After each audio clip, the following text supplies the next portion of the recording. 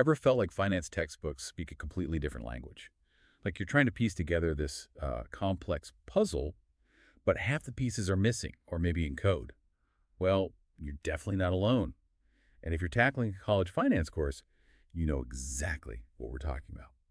Today, we're diving headfirst into the core concepts that unlock the secrets of business finance. We want to help make those exam questions and, real-world scenarios finally click into place. Our mission today is pretty straightforward. Give you a shortcut, sort of, to be truly well-informed for your college course. We're going to unpack the essential nuggets from your source material. Everything from understanding why $1 today is worth more than $1 tomorrow, to how companies make these huge investment decisions, and even how to read the financial health of a business just by looking at the numbers. We'll focus on the why and the how, really emphasizing those critical decision rules that often trip students up. Because as we learned from others who've aced these exams, knowing the decision rules, that often matters more than just plugging numbers into a calculator. That's exactly right. Think of this as your strategic study session. We're going to try and simplify the interconnectedness of all these concepts, offering, hopefully, clear frameworks and practical examples. Our goal is to ensure you grasp not just the definitions, which are important, but the intuition behind them.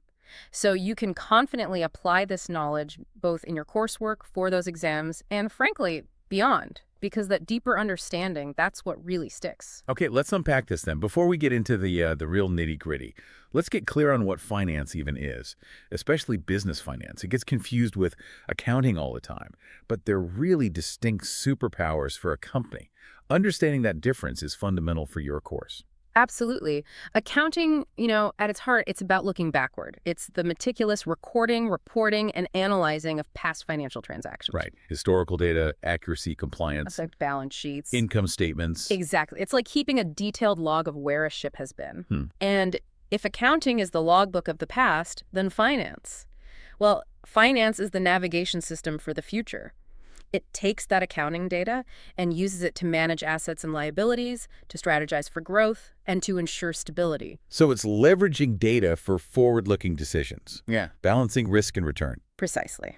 To optimize a company's financial resources. So really, business finance has three key roles we'll be digging into. First, using financial ratios to manage the business, getting those quick snapshots of health. Second, applying time value of money skills for critical project investment decisions. That's often called capital budgeting, deciding where to put the money. Big decisions. And third, controlling project risk by figuring out the cost of capital to determine how to fund these projects. Should we use debt or equity? You really need to know these distinctions for your course. They form the bedrock. Couldn't agree more. It's the foundation. So, if finance is about managing money, what are the actual pieces of money that companies trade and use to raise capital? This is where we meet the major financial instruments. Let's maybe start with equity instruments. Stocks, basically. Right. When a company wants capital but doesn't want to take on debt, issuing stock is a primary route. Stocks represent ownership. For instance, common stock means you actually own a piece of the company. So you get voting rights and maybe dividends. Exactly. Voting rights on major decisions, the potential for the stock price to go up, that's capital appreciation, and potentially dividends, which are cash payments. But common stockholders are last in line if the company folds and liquidates its assets. Okay, last in line. What about preferred stock? Hear about that sometimes. Yeah, preferred stock is kind of a hybrid. It's still ownership, but usually without voting rights. The key difference is it often pays fixed dividends, which makes it feel a bit more like a bond. And preferred stockholders have a higher claim on assets than common stockholders in a liquidation. So a bit safer, maybe, but less potential upside sometimes. Makes sense. Now, what if a company needs capital, but doesn't want to dilute ownership by selling stock? What's their main alternative? That's where debt instruments, like bonds, come in. Bonds are essentially loans. Think of them as IOUs issued by businesses or governments. You lend them money, and they promise to pay you back with interest. Those are the coupon payments, plus the original amount, the principal, at a set date in the future, the maturity date. So a big company needing cash for expansion might issue corporate bonds. Investors get a return, but it carries more risk than government bonds, right? Because the company could default. Precisely. Default risk is higher. And crucially, failure to make those bond payments can actually force a company into bankruptcy. It's a serious obligation. Okay. And on the government side? You have public bonds. Municipal bonds, or munis, are issued by state and local governments, often for things like roads or schools. A big plus is the income is often tax exempt. Ah, tax exempt. That's attractive. Definitely. And then you have treasury bonds issued by the U.S. federal government. These are considered extremely low risk because they're backed by the government. They're actually a global benchmark for the risk-free rate and held by countries all over the world. Japan holds over $1 trillion worth. China holds hundreds of billions. Understanding these instruments is fundamental because choosing between debt and equity is all about how companies get the fuel for growth, balancing cost, control, and risk. Got it. And then there's this other category, financial derivatives. These sound complex. They can be, but the basic idea is simple. Their value is derived from something else, an underlying asset like a stock, bond, or even a commodity like oil or corn. The most common types you'll encounter, especially in your course, are options and futures. Options. That's the right, but not the obligation. Exactly. An option gives the holder the right, but not the obligation, to buy or sell an asset at a specific price, the strike price, by a certain date. It gives you flexibility. Futures, on the other hand, are an obligation. The buyer must buy and the seller must sell an asset at a predetermined price on a future date. Like the farmer example, selling corn futures. Perfect example. A farmer sells corn futures to lock in a price for their upcoming harvest. It protects them if prices crash. Of course, they might miss out if prices soar, but it provides certainty. It's a vital risk management tool. But, if you're on the buying side of that futures contract and you don't close out your position, be careful. You might literally have to take delivery of several semi-trucks full of corn. Huh. Okay, good tip. So we have the players, companies, investors, and the instruments, stocks, bonds, derivatives. Now, where do these transactions actually happen? That's where financial markets and institutions come into play. These are the platforms and the intermediaries that facilitate the flow of capital. Think of them as the arenas. And there are different types of markets, right? Public versus private. Exactly. Public markets, like the New York Stock Exchange, NYSE, or the NASDAQ, are open to the general public. They're heavily regulated by bodies like the SEC for transparency and offer high liquidity, meaning it's easy to buy and sell. Private markets are different. They're typically restricted to institutional investors or accredited wealthy individuals. There's less regulation, which can offer more flexibility, but also lower liquidity. It's harder to sell your investment quickly. And there are, about 5,000 public companies in the U.S., Yeah. millions of private ones? Something like that, yes. The vast majority of businesses are private. Then we distinguish between primary and secondary markets. This is a key concept for your course. Primary is when the company first issues the security, like an IPO. Precisely. An initial public offering, or IPO, happens in the primary market. The funds raised go directly to the company itself. The secondary market is where existing securities are traded among investors. When you buy Apple stock on the NASDAQ, you're buying it from another investor, not from Apple directly. The secondary market provides that crucial liquidity. Okay, got it. Primary, new issues to the company. Secondary, trading existing shares between investors. And then dealer versus auction markets. Right. Dealer markets, like the NASDAQ, rely on market makers or dealers. These firms hold inventories of stocks and, quote, prices at which they're willing to buy, bid, and sell, ask. They profit from the difference, the bid-ask spread. Think of them like a used car dealer holding inventory. Auction markets like the NYSE are more centralized. Buy and sell orders are brought together, and prices are determined through direct competition between buyers and sellers, often facilitated by a specialist who doesn't hold inventory in the same way. More like a real estate broker matching buyers and sellers. So how do all these different markets and the institutions fit together? It sounds like a huge network. It absolutely is a massive interconnected ecosystem. Financial institutions act as the intermediaries, the connectors. You have depository institutions like commercial banks and credit unions taking deposits and making loans. Then investment institutions like investment banks, mutual funds, hedge funds, they help companies raise capital, advise on mergers, manage investments. And don't forget, insurance companies and pension funds, which manage huge pools of capital, investing premiums and savings for the long term. So they're all channeling money from those who have it, the savers, to those who need it, the borrowers. Yeah. Businesses wanting to expand. Exactly. They funnel capital efficiently, fueling economic activity, whether it's for a startup's first big idea or a multinational corporation's global expansion. Okay, but no business operates in a bubble, right? Yes. The overall economy must play a huge role. A massive role. The health of the broader economy directly impacts every company's financial decisions and prospects. So understanding the key economic vital signs is critical, especially for your finance coursework. It contextualizes everything else. What are the main indicators we should watch? Well, let's start with the big one, gross domestic product, or GDP. That's the total value of all goods and services produced in a country over a period. GDP growth generally means an expanding economy. Businesses might see rising revenues, consumers are spending more. It signals a good time to invest or expand. And if GDP declines? That signals an economic contraction or recession if it's sustained. Businesses might expect lower sales, consumers tighten their belts, companies might scale back investments or hiring. Okay, GDP is the overall picture. What about prices? Inflation? Right. Inflation is the rate at which the general level of prices rises, which erodes the purchasing power of money. We primarily track this using the Consumer Price Index, or CPI. It measures the average change over time in the prices paid by urban consumers for a market basket of consumer goods and services, things like housing, transportation, food, medical care. And high inflation is generally bad. Generally, yes. It reduces the value of savings, creates uncertainty for businesses planning investments, and can really hurt households on fixed incomes. The Federal Reserve uses its policy tools, like adjusting interest rates, primarily to keep inflation low and stable. Is there a good level of inflation? Well, moderate inflation, say around 2–3%, is often considered beneficial. It can encourage spending and investment because people expect prices to be slightly higher in the future. It avoids the dangers of deflation, which is falling prices. And related to CPI is the Producer Price Index, or PPI.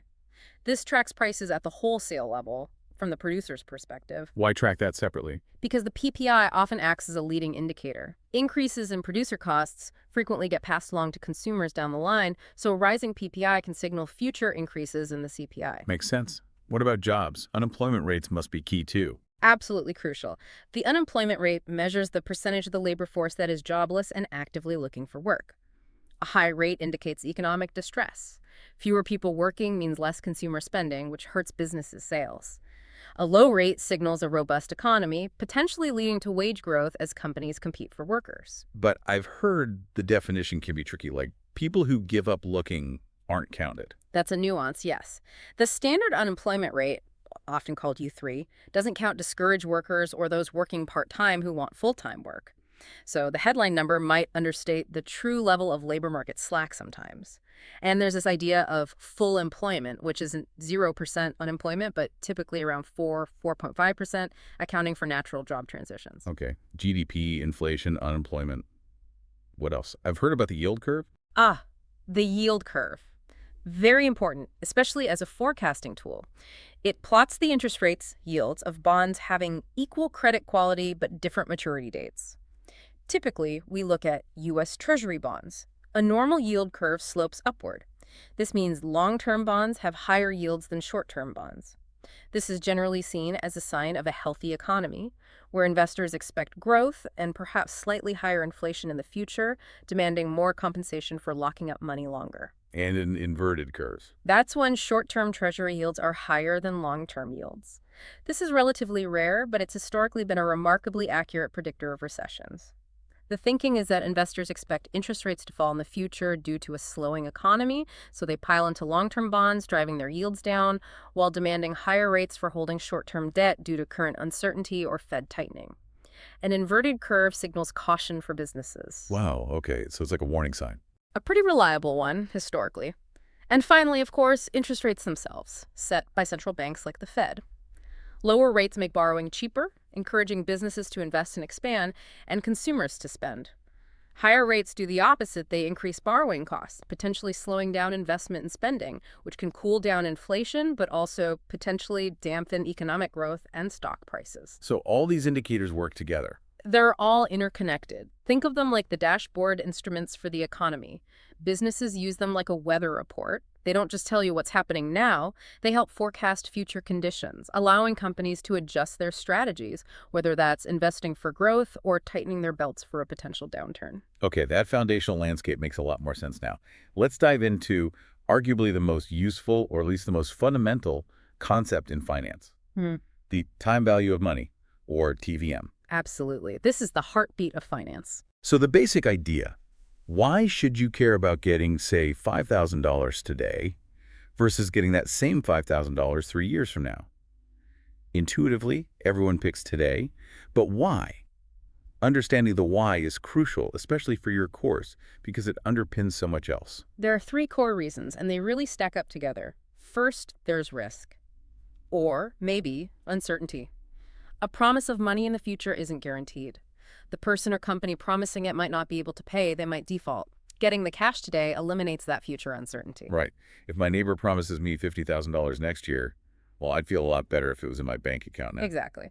The second reason is opportunity, or opportunity cost. Money you have today gives you the opportunity to use it immediately. You could invest that $5,000, maybe put it in an interest-bearing account or the stock market, and potentially have more than $5,000 next year. Or just spend it on something you need or want now. Precisely. That power of immediate use, whether for investment or consumption, has value. And the third reason is inflation. As we just talked about, prices tend to rise over time. This erodes the purchasing power of money. A dollar today buys more goods and services than a dollar will buy in the future. That $5,000 today might buy 2 specific plane tickets, but next year, those same tickets could easily cost $5,200. Okay, so risk, opportunity, and inflation, all pushing in the same direction. Unequivocally, these three factors make a dollar today inherently more valuable than a dollar promised tomorrow.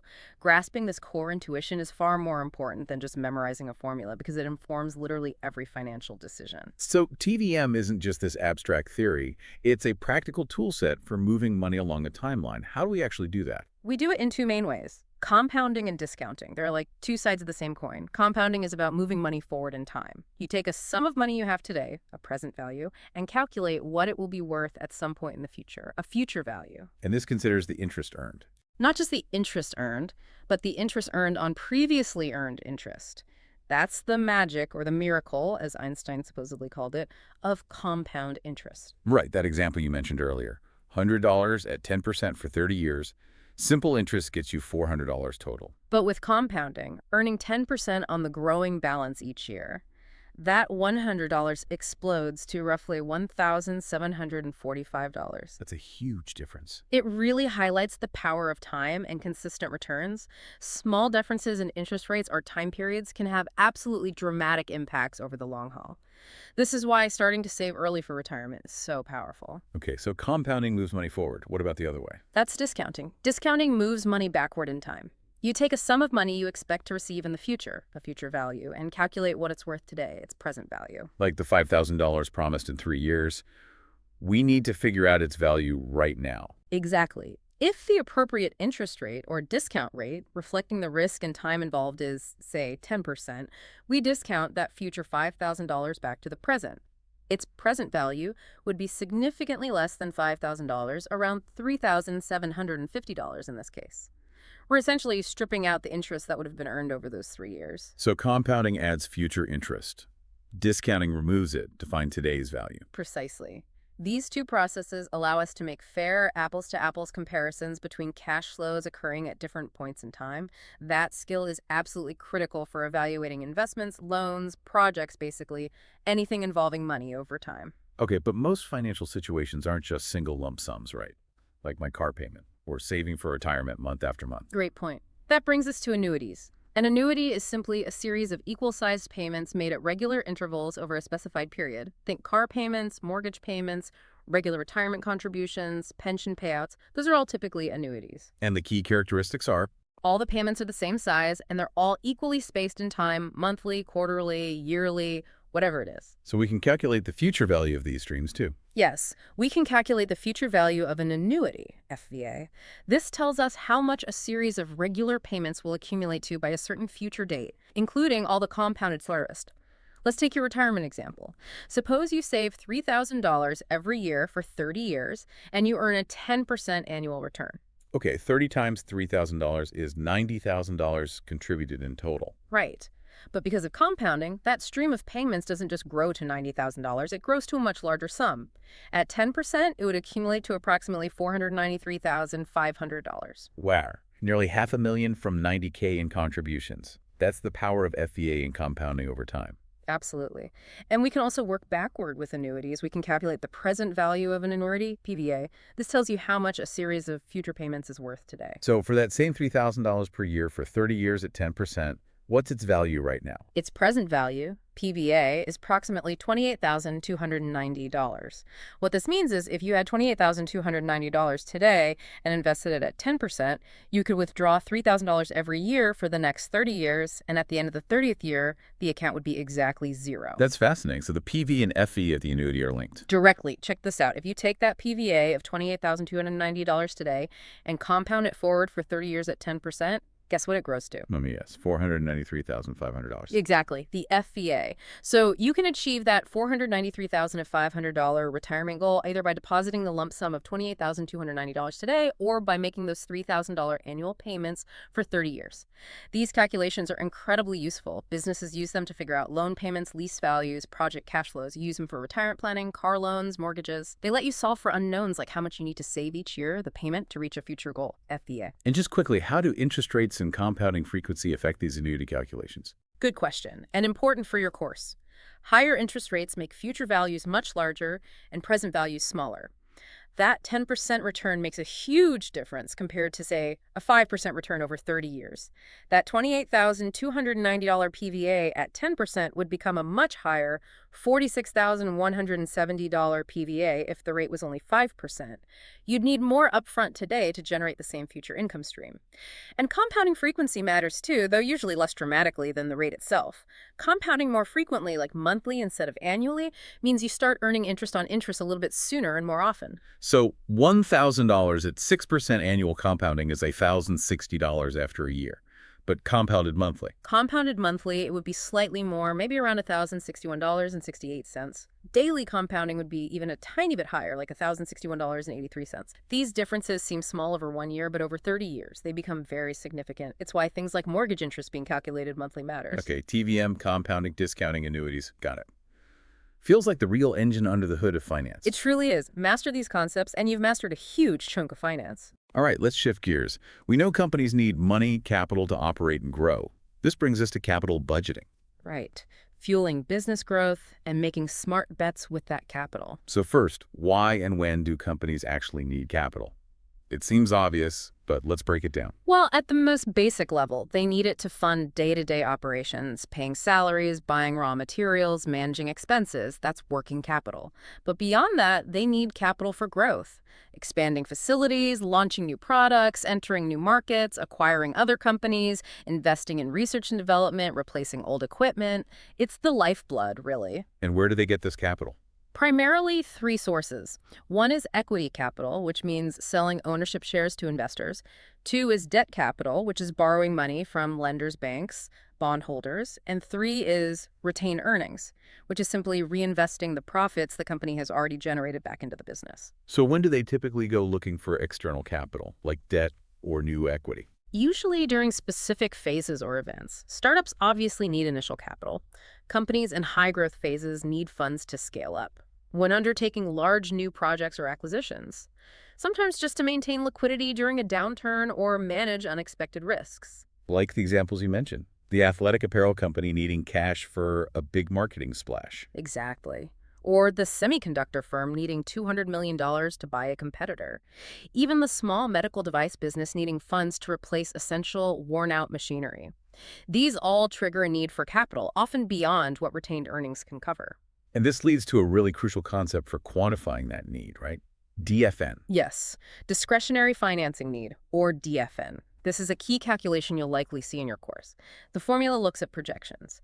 DFN equals projected total assets minus projected total liabilities minus projected owner's equity. So what does it tell you? It measures the shortfall. After accounting for all the internal funds expected to be generated, like retained earnings, and automatic increases in liabilities, like accounts payable, DFN tells you precisely how much additional external financing the company must raise to fund its projected asset growth. For that medical device company, the DFN calculation would show exactly how much they need to borrow or raise from investors for the new machinery, after considering any cash they have saved up or money they get from scrapping the old machine. It moves beyond just knowing you need money to quantifying how much. It makes planning much more concrete. Vitally important for proactive financial planning and for negotiating with lenders or investors. Okay, so companies need capital. But that capital isn't free, right? Investors and lenders expect something back. Absolutely not free. And this brings us to the cost of capital. This is a really core concept. The cost here isn't just the dollar amount paid back, it's the required rate of return demanded by those who provided the capital. A percentage return. Exactly, it's a percentage. Think of it as the minimum acceptable return, a benchmark, or a hurdle rate.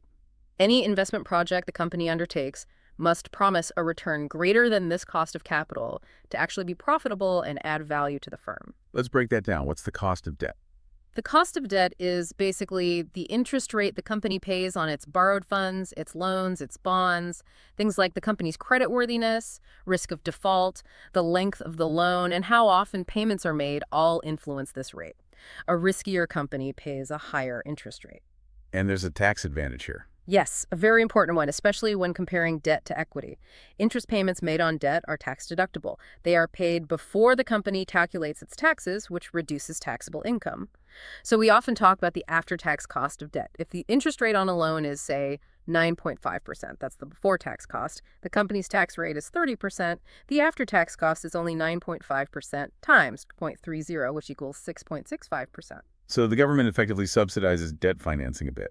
In a way, yes. The tax shield makes debt cheaper on an after-tax basis. If a project is financed entirely by debt, this 6.65% becomes its relevant cost of capital. Okay, that's debt. What about the cost of equity? That sounds trickier to figure out. It is trickier because shareholders don't receive fixed interest payments. Their return comes from dividends and stock price appreciation, which are uncertain.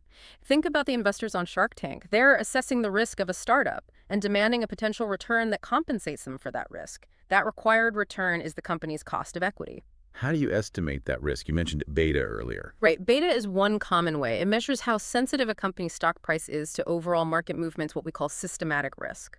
The market as a whole has a beta of 1.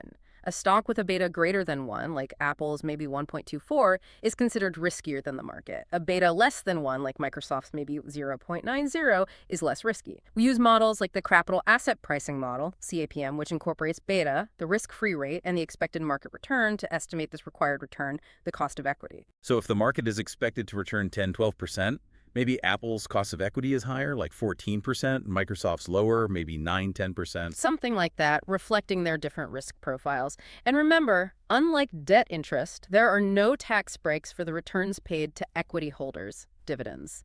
So if a project is financed entirely by equity, the cost of capital is simply this estimated cost of equity. But most companies use a mix of debt and equity, right? Exactly. Which leads us to the combined cost of capital, usually called the weighted average cost of capital, or WACC.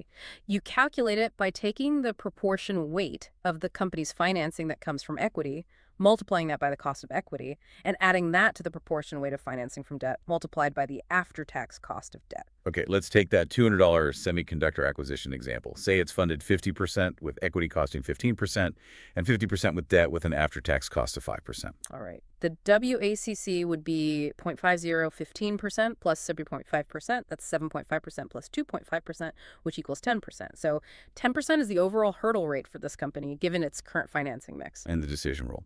If that acquisition project is expected to generate a return of, say, 12%, which is greater than the 10% WACC, then yes, accept the project. It should add value. But if the projected return is only 8%, which is less than the 10% WACC, you should reject it. It would likely destroy value. Could the company lower its WACC by using more debt? Potentially, yes. If they financed it, say, 80% with that cheap 5% after-tax debt and only 20% with a 15% equity, the WACC would become 0.20, 15% plus 80 to 5%. That's 3% plus 4% equaling 7%. Now, that 8% project return is acceptable because it's higher than the new 7% WACC. Ah, so the financing mix matters. But is more debt always better? No, and that's the crucial point. There's an optimal debt-to-equity DE ratio. Initially, adding cheaper debt with its tax shield lowers the WACC and increases firm value. But as you take on more and more debt, the risk of financial distress and bankruptcy increases significantly. Lenders demand higher interest rates, equity holders demand higher returns due to the increased risk. Past a certain point, the rising costs of potential bankruptcy outweigh the benefits of the debt tax shield, and the WACC starts to increase again, reducing firm value. Finding that sweet spot is key. It's a critical strategic challenge for management. Industry averages vary wildly risky sectors like private equity might have high WACCs, maybe 11%, while stable sectors like electric utilities have very low ones, maybe 3%. The average across thousands of companies might be around 7%. Okay, understanding the cost of capital sets the stage for actually making those big investment decisions. This is capital budgeting proper, right? The art of project selection. Exactly. This is where the rubber meets the road. Capital budgeting is the whole process businesses use to evaluate potential major investments or long-term expenditures. These are the capital investment projects. And the core idea is, Allocate the company's limited resources efficiently to projects that will maximize profitability and shareholder value in the long run. It involves analyzing a project's expected cash flows, its costs, and its expected return, and comparing that return against the hurdle rate, the cost of capital. let's revisit those examples using this framework. The athletic apparel campaign cost $278, inflows $120 for 3 years, cost of capital 10%. Okay. The finance team would calculate the present value, PV, of those future cash inflows, discounting them back at the 10% cost of capital. Let's say that PV comes out to $298.42. Since the PV of the inflows, $298.42, is greater than the initial cost, Right. $278, the project is expected to be profitable. It generates a return higher than the 10% required return. So you'd likely accept it. What about the semiconductor acquisition? Cost $200, inflows $50 a year for 5 years, cost of capital 11.4%. Same process. Calculate the PV of those $50 in annual inflows over 5 years, discounted at 11.4%. If that PV is, say, $238.46. Again, since the PV of inflows, $238.46, is greater than the cost, $200 EMS, this project also looks profitable and would likely be accepted. Its expected return exceeds the 11.4% hurdle rate. But the medical device machinery cost $19.05, inflows $7.02 a year for 3 years, cost of capital 8.9%. Here we calculate the PV of those $7.02 inflows over 3 years, discounted at 8.9%. Suppose that PV turns out to be only $18.26. The project is not expected to be profitable. Its return is below the 8.9% cost of capital. It should be rejected. It's a clear decision framework. But you mentioned earlier, these cash flow numbers are just estimates. A crucial reminder, they are forecasts, and forecasts are inherently uncertain. Overestimating future cash flows is a major risk. It can lead companies to accept projects that ultimately destroy value. That's why finance departments spend a lot of time on sensitivity analysis and scenario planning, trying to understand the potential range of outcomes and minimize forecasting error. But understanding the basic decision framework, comparing the present value of expected benefits to the cost, using the cost of capital as the discount rate, is essential for everyone involved, not just the finance team. It's fundamental for growth and survival. Okay, now we get to the specific tools used in capital budgeting. You mentioned calculating present value. Let's start with net present value, or NPV. Right. NPV is probably the most important capital budgeting tool, certainly the one most favored in theory. It gives you a direct measure of how much value a project is expected to add to the firm, expressed in today's dollars. How's it calculated? It's simple, conceptually. NPV equals the present value, PV, of all the expected future cash inflows minus the initial cost, the cash outflow at the start. You're essentially doing a cost-benefit analysis, but crucially, you're adjusting all the future benefits back to their present value, using the cost of capital as the discount rate, fully incorporating the time value of money. So for that athletic apparel campaign, PV of inflows was $298.42. Initial cost was $278. The NPV is simply $298.42 members. 278 Emmers plus $20.42 million. Okay, positive $20.42 million. What does that number mean, and what's the decision rule? That positive $20.42 million means the project is expected to generate $20.42 million in value over and above covering its cost and providing the required rate of return, the 10% cost of capital. It's pure value creation in today's dollars. The decision rule is critical for your exams. If NPV is greater than 0, accept the project. It adds value. If NTV is less than 0, reject the project. It costs more than the present value of its benefits. It destroys value. If NPV equals 0, the project is expected to exactly earn the required rate of return, just breaking even in terms of value added. Technically, you'd be indifferent, though most firms look for positive NPV. What are the big advantages of using NPV? Well, it directly measures the expected increase in the value of the firm. It accounts for the time value of money correctly. It considers all the cash flows over the project's entire life. And it uses the appropriate discount rate, the cost of capital, which incorporates risk. It makes comparing different projects straightforward based on the value they add. Are there any downsides or limitations? The main limitation is its heavy reliance on those initial cash flow forecasts, which, as we said, can be inaccurate. The NPV calculation is only as good as the inputs. It can also be sensitive to the discount rate used. And sometimes comparing projects with vastly different sizes or lifespans using just the absolute NPV number can be tricky, though there are ways to adjust for that. But overall, it's considered the gold standard. Okay, NPV gives us a dollar value. What about the internal rate of return, or IRR? That sounds like a percentage. It is. IRR is another very popular capital budgeting tool, partly because managers often find it intuitive to think in terms of percentage returns.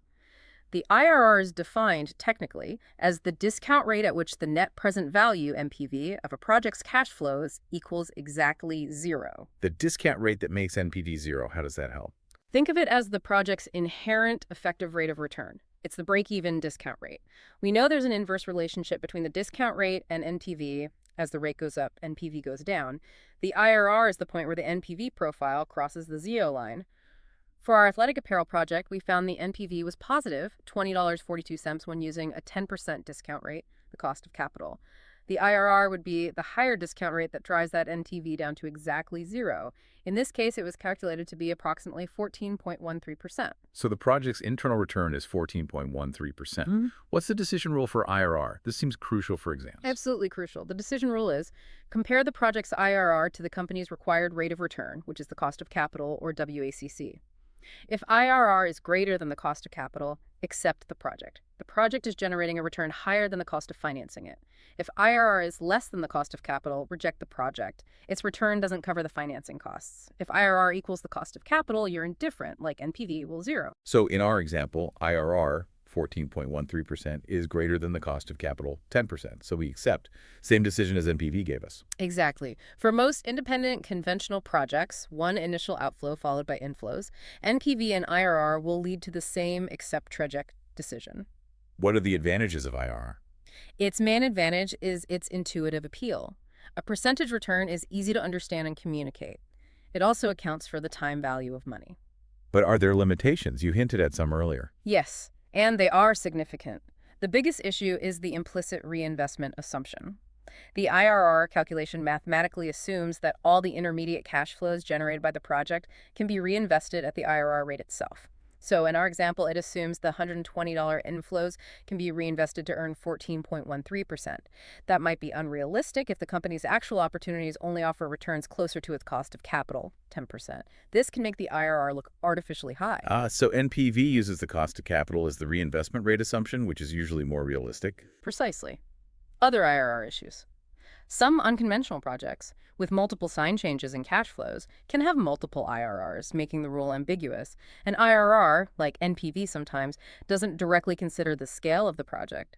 A small project might have a high IRR, but add less total dollar value, NPV, than a larger project with a lower IRR. For these reasons, while IRR is useful, financial theory strongly prefers NPV as the primary decision criterion, especially when ranking mutually exclusive projects. Use IRR as a secondary measure, but trust NPV when they conflict. Got it. Trust NPV. What about the profitability index, or PI? PI is closely related to NPV. It's another way to look at the same information, but as a ratio. The PI is calculated as the present value of the future cash flows divided by the initial cost. So for the athletic apparel project, $298.42, $278. Right, which equals approximately 1.074. And the decision rule here? Simple. If PI is greater than 1, accept the project. This means the PV of inflows exceeds the cost, which is the same condition as NPV 0. If PI is less than 1, reject NPV 0. If PI equals 1, indifferent, NPV equals 0. PI gives you a measure of value per dollar invested, like bang for your buck. It can be useful for ranking projects when a company has limited capital available, capital rationing. Okay, NPV, IRR, PI, those all seem pretty sophisticated, incorporating TVM. What about simpler methods? I remember hearing about the payback period. The payback period. Yes, it's much simpler, but also much less comprehensive and, frankly, flawed. It answers a very basic question. How quickly will I get my initial investment back? How is it calculated? You just measure the time it takes for the cumulative cash inflows from an investment to equal the initial cash outflow. If a piece of equipment costs $10,000 and generates $2,500 in cash flow per year, you get $2,500 back in year 1, $5,000 cumulative by year 2, $7,500 by year 3, and $10,000 by year 4. The payback period is 4 years. And the decision rule? Usually, a company sets an arbitrary maximum acceptable payback period, for example, 3 years. If the project's payback period is less than or equal to this cutoff, it's accepted. If it's longer, it's rejected. What are the advantages? Why do people use it if it's flawed? Its main advantages are its simplicity. It's very easy to understand and calculate. It also gives some indication of risk. Shorter payback might seem less risky. And focuses on liquidity, how quickly cash returns, which can be important, especially for smaller businesses. Okay, but what are the flaws? This sounds like exam territory again. Big time. The limitations are critical to understand. First, and most importantly, it completely ignores the time value of money. It treats a dollar received in year 4 the same as a dollar received in year 1, which we know is incorrect. Second, it excludes all cash flows that occur after the payback period. A project could have enormous profits in later years, but payback ignores them entirely once the initial cost is recovered. Third, it provides no measure of overall profitability like NPV or IRR do. It just tells you how fast you get your initial stake back. Can these flaws lead to bad decisions? Absolutely. It can lead you to reject very good projects or accept very bad ones. Consider Project X. Invest $100 today. Get $1 in year 1, $1 in year 2, $1 in year 3, then $1 million in year 4. If your cutoff is 3 years, payback rejects this project even though it's clearly fantastic. Or Project Y, invest $1 million today. Get $1 in year 1, $1 in year 2, then $1 million back in year 3. Payback loves this. Payback 3 years, if that's the cutoff. But it's a terrible project overall. You barely get your money back after 3 years. Wow. Okay. So payback is simple, but potentially dangerous if used alone. Exactly. It should never be the primary decision tool for significant investments. It can be a supplementary measure, maybe a quick screening tool for liquidity, but always rely on NPV and perhaps IRR for the main decision. Understanding these limitations is key for your course. Right. Definitely noted. Okay, we've covered how companies make big investment decisions. Now, how do we assess the overall financial health of a company using the data they publish? This brings us to financial ratios. Yes, financial ratios. Think of them as the vital signs you take when doing a checkup on a company's financial health. You get all this data from the balance sheet, income statement, cash flow statement. Ratios help you make sense of it quickly. What's the main purpose? To assess different aspects of performance, liquidity, efficiency, leverage, profitability. But here's the key insight, especially for your course. The ratios themselves don't give you definitive answers. Instead, they help you know which questions to ask. A ratio that looks out of line compared to the company's history or its competitors signals an area that needs deeper investigation. So interpretation and context are key, not just plugging numbers into formulas. Absolutely. The formulas are usually given or straightforward. The real skill is understanding what the ratio means, why it might be high or low, and what the implications are. Comparing ratios over time, trend analysis, and against industry benchmarks, cross-sectional analysis, is crucial. Okay, let's walk through the main categories. First up, liquidity ratios. What do these tell us? Liquidity ratios measure a company's ability to meet its short-term financial obligations, basically. Can we pay our bills that are coming due soon? Like the current ratio. Exactly. The current ratio is simply current assets divided by current liabilities. Current assets are things like cash, accounts receivable, and inventory assets expected to be converted to cash within a year. Current liabilities are debts due within a year. Generally, a ratio greater than 1 is considered good. It means you have more short-term assets than short-term debts. Higher often means greater liquidity. But can it be too high? Yes, potentially. A very high current ratio might suggest the company isn't using its assets efficiently. Maybe it has too much cash sitting idle or too much inventory piling up. This can even relate to agency costs management. Might be hoarding cash instead of investing it productively or returning it to shareholders. Okay. What about the quick ratio? It sounds similar. The quick ratio, also called the acid test ratio, is more conservative. It's current assets inventory divided by current liabilities. It excludes inventory from current assets because inventory might not be easily or quickly converted to cash without a significant price discount.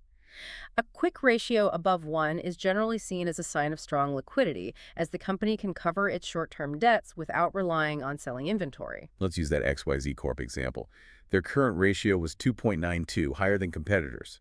2.51. Seems good. Initially, yes, but then look at their quick ratio, 0.98, which is lower than competitors' 1.1c. So taking out inventory makes XYZ look less liquid than its peers. Exactly. It immediately flags a question. Is XYZ holding too much inventory compared to its competitors, or are its competitors just better at managing their inventory levels? That requires further investigation. There's also the cash ratio, cash current liabilities, which is the most conservative, looking only at actual cash on hand. If XYZ's cash ratio was higher than competitors, it might raise another question. Are they holding too much idle cash? So these ratios point you where to look next. Precisely. Other liquidity-related ratios include things like average collection period, how long it takes to collect cash from customers, and inventory turnover, how quickly inventory is sold. They all give insights into how efficiently the company manages its short-term assets and liabilities. Okay, moving on, activity ratios. What are these about? Activity ratios, sometimes called efficiency ratios or turnover ratios, measure how effectively a company is using its assets to generate revenue. Like total asset turnover. Right. Total asset turnover is total revenue divided by total assets. It tells you how many dollars of sales the company generates for every dollar of assets it controls. A higher ratio generally indicates more efficient use of assets. And fixed asset turnover. That's total revenue divided by fixed assets, like property, plant, and equipment. It focuses specifically on the efficiency of using those long-term productive assets. It's particularly relevant for capital-intensive industries like manufacturing. For XYZ Corp, their total asset turnover, 0.568, was similar to competitors, and fixed asset turnover, 0.809, was slightly lower. But importantly, the trend for XYZ showed both ratios increasing over the past few years. That's a positive sign. They seem to be getting more efficient over time, even if they aren't quite leading the pack yet. A consistently low or declining turnover ratio might signal inefficiencies, obsolete assets, or perhaps sluggish sales. Got it. Next category, leverage ratios. This must be about debt. Exactly. Leverage ratios examine the extent to which a company uses debt financing and its ability to meet its debt obligations. It speaks directly to the company's capital structure and its financial risk. What are the key ones? Debt to assets. Yes. The debt-to-assets ratio, total liabilities, total assets, shows the proportion of a company's assets financed through debt. A higher ratio means greater reliance on borrowing, which increases financial risk but also potentially return on equity. And debt to equity. Debt-to-equity, DE ratio, total liabilities, total equity, compares the amount of debt to the amount of shareholders' equity. A high DE indicates an aggressive growth strategy using debt, which magnifies both potential gains and losses, and increases bankruptcy risk. A low DE suggests a more conservative approach. As we discussed with WACC, there's likely an optimal DE ratio that balances the benefits of debt, tax shield, potentially lower cost, with its risks. And how do we know if they can handle the debt they have? That's where coverage ratios like the times interest earned TIE ratio come in. TIE is calculated as earnings before interest and taxes, EBIT, divided by the interest expense paid. It measures how many times the company's operating profit can cover its mandatory interest payments. A higher TIE ratio indicates a better ability to service its debt, which is obviously crucial for lenders and bondholders. Looking at XYZ again, their DA, 0.399, and DE, 0.663, were lower than competitors, and their TIE, 7.47, was higher. So the interpretation here is that XYZ appears to be less financially risky than its competitors.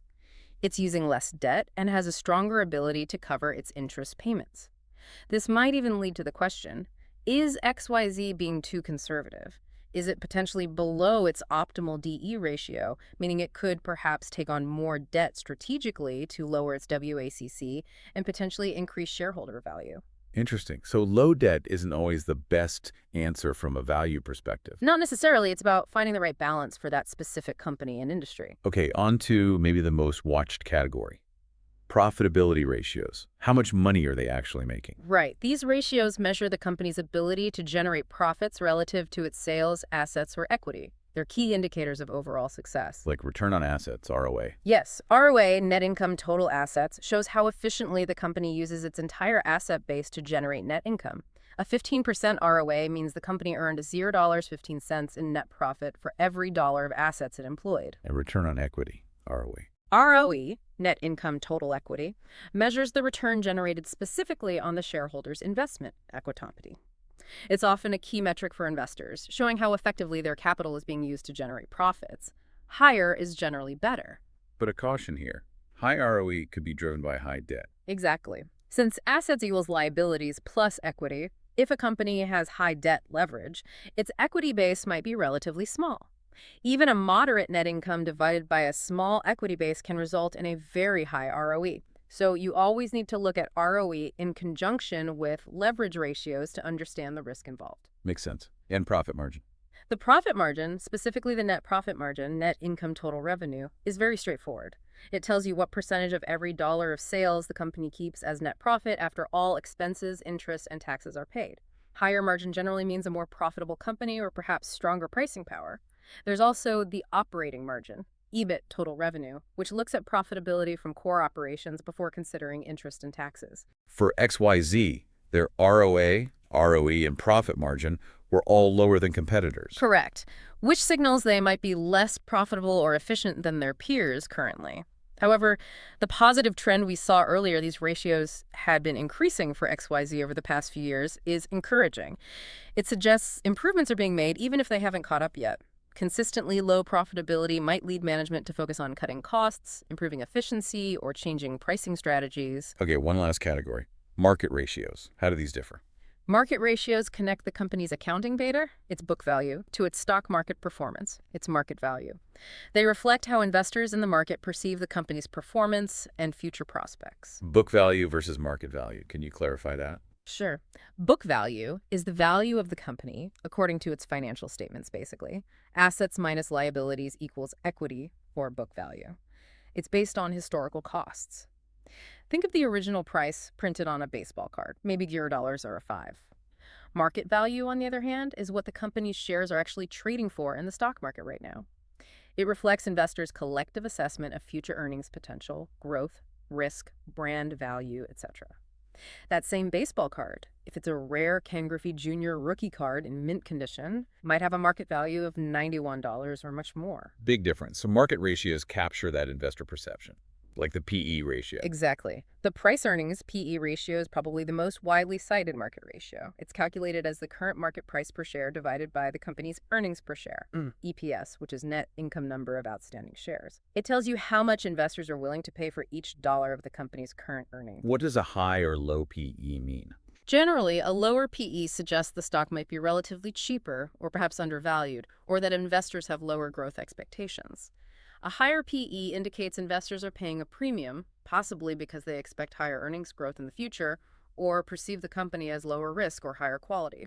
Let's look at those tech giants again. Apple PE 35.57, Microsoft 39.67, NVIDIA 76.77. Right. Comparing them, Apple looks relatively cheaper than Microsoft or NVIDIA based on current earnings. But then compared to the S&P 500 average PE of 27.45. Compared to the broader market average, Apple's PE of 35.57 is actually higher.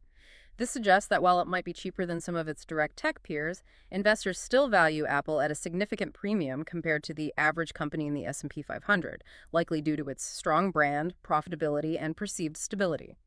Understanding PE ratios, comparing them to competitors, historical levels, and the overall market is really key for investors trying to judge whether a stock price is justified. Wow, okay. Ratios provide a powerful toolkit for analysis. But numbers aren't everything, right? We need to talk about ethics in finance. Absolutely essential. We've discussed calculations, strategies, maximizing value, but underpinning all of that must be a strong ethical framework. It's about the moral principles guiding behavior in the financial world. Why is it so important, beyond just, being good people? Well, fundamentally, finance runs on trust. Ethics are crucial for maintaining that trust and integrity with investors, customers, employees, and the public. It's about respecting stakeholders' interests and promoting social responsibility. Ethical lapses destroy trust, damage reputations, and can have catastrophic financial consequences, as we've seen many times. Especially concerning shareholders, the owners. Yes. Management has a fiduciary duty to act in the shareholders' best interests. Ethically, this requires transparency, fairness, and accountability. That means honest financial reporting, no cooking the books like at Enron. It means avoiding conflicts of interest where managers benefit personally at the company's expense, and preventing insider trading where individuals profit from non-public information. This sounds related to the agency problem you mentioned earlier. It is. The agency problem describes the inherent conflict of interest between management, the agents, and shareholders, the principals.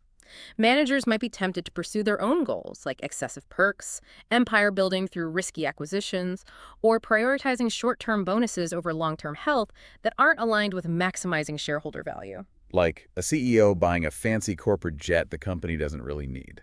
Classic example. How do you mitigate this? Strong corporate governance is key. Independent boards of directors who oversee management, compensation structures that tie executive pay to long-term performance metrics, like stock options, as Lee Iacocca famously negotiated at Chrysler when he took a $1 salary, and fostering an overall ethical corporate culture. What about broader societal ethics? Sustainability and ESG seem huge now. Increasingly so. ESG stands for environmental, social, and governance factors. It's about integrating these non-financial factors into financial decision-making. The idea is that truly sustainable long-term growth needs to consider the company's impact on the environment, its relationships with employees and communities, the social aspect, and how the company is run, governance. Is this the same as corporate social responsibility? CSR. Closely related. CSR is often seen as the company's ethical obligation to contribute positively to society, things like environmental protection initiatives, ensuring fair labor practices, engaging with the local community. Ben & Jerry's is often cited as a company known for its strong social and environmental stances. Finance plays a role because investment decisions and lending practices can either support or undermine these goals, where capital flows has real-world consequences. And finally, the distinction between what's legal versus ethical. Something can be legal but still feel wrong. Absolutely. Legal compliance is the minimum standard, the mandatory baseline. Ethical behavior often requires going beyond the law, considering fairness, impact, and the spirit, not just the letter, of the rule. Think about aggressive tax avoidance, using complex, technically legal loopholes to minimize taxes paid. It might be legal, but is it ethical if it deprives society of needed funds for public services? Or offshoring production to countries with very low wages and poor working conditions. Legal, but ethically questionable for some. Right. And sometimes actions that are technically legal can collectively lead to massive ethical failures. The 2008-2009 subprime mortgage crisis is a prime example. Lenders issued high-risk loans, packaged them into complex securities often misrepresented as safe, and sold them globally. While many individual actions might have been technically legal, the systemic disregard for risk and the resulting harm to millions of homeowners and the global economy represented a profound ethical failure. So navigating those gray areas is critical. It's becoming ever more complex and crucial. In today's world, with instant information flow and greater public scrutiny, a strong ethical framework isn't just nice to have. It's truly essential for building long-term trust, maintaining reputation, and achieving sustainable financial success. Wow, okay. That was a really comprehensive journey through the core of business finance. A true deep dive. We started with the basics, the difference between finance and accounting, the key instruments and markets. Then we hit the absolute cornerstone. Time value of money, compounding, discounting, annuities. We unpacked how companies get capital, figure out its cost, the WACC, and then use tools like NPV and IRR to make crucial capital budgeting decisions. We learned how to decode a company's health using those vital signs financial ratios, liquidity, activity, leverage, profitability, market ratios, and finally tying it all together, the essential role of ethics in every financial decision. You really have absorbed an incredible amount of material there. And as we've tried to highlight, these topics directly map onto the key areas you'll need for your college finance course. If you take anything away, remember the decision rules for NPV and IRR. Know when to accept or reject a project based on those calculations. Understand the why behind TVM, not just the formulas. Be able to identify the major types of financial ratios and what they generally tell you, and have a grasp of the landscape, the different markets, instruments, and institutions. Don't just aim for rote memorization. Try to internalize the intuition, the why behind each concept. Practice interpreting the results. That's what the exams will likely test your ability to apply these ideas, not just regurgitate definitions. So what does this all mean for you as you continue your journey in finance? Maybe a final thought to chew on. Every time you see a headline about a major company announcing a new billion-dollar factory or acquiring a competitor or changing its debt structure, remember, it's not just a news item. It's the visible outcome of incredibly intricate calculations, rigorous risk assessments, debates about capital structure, and hopefully careful ethical considerations. It represents a whole team navigating that complex dance between creating value today and ensuring long-term sustainable success. The question they're wrestling with isn't just, can we afford this? But maybe more importantly, is this truly the smartest, most responsible move for our company, our shareholders, and our stakeholders for tomorrow?